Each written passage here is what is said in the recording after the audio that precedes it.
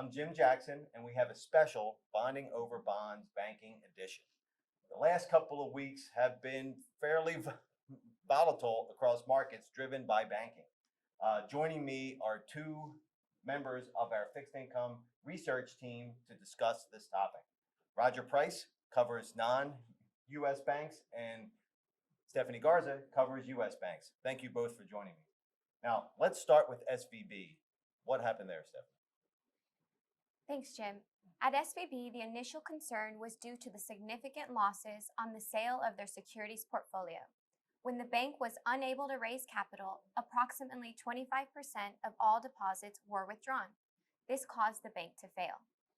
The losses on SVB's securities portfolio were driven by the large increase in interest rates in 2022, as bond prices, all other being equal, are inversely related to interest rates. That's great point. What happened after the bank failed? Sure. Federal regulators took over the bank and extended deposit insurance to all depositors, including those with deposits that exceeded the $250,000 limit. The same backstop was applied to depositors at Signature Bank. The regulators also stood up a new lending program for all banks to borrow against collateral pledged at par versus market value. Now, bank stocks and bonds still sold off after this, but they have stabilized somewhat over the last couple of weeks. So what is your view on banks going forward? I expect more regulation and oversight, especially for small regional banks. We may see continued deposit migration, higher deposit costs, a pause in commercial loan growth, and additional reserve building. While there is still a fair amount of uncertainty, the decisive actions taken by policymakers should be supportive of the banking system overall. The U.S. banking system remains healthy, with robust levels of capital, liquidity, and reserves, and benign asset quality. Thank you so much for that. Now, this problem was not contained to the U.S., primarily focused internationally on Credit Suisse.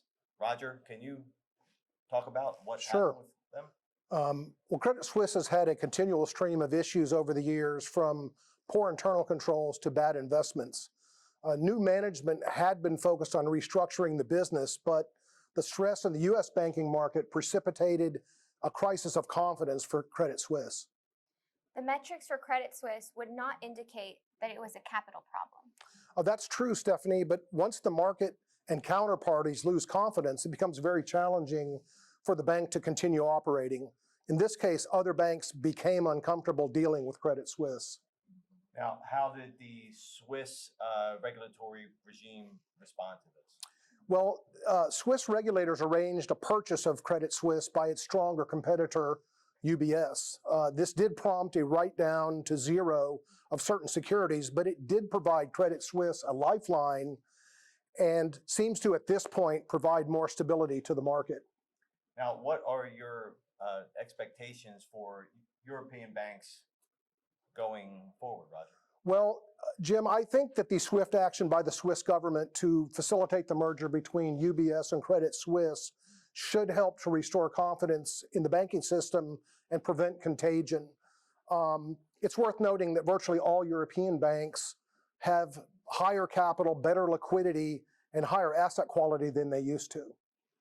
Thanks, Roger. Now, we would expect, in light of these events, for banks to tighten lending.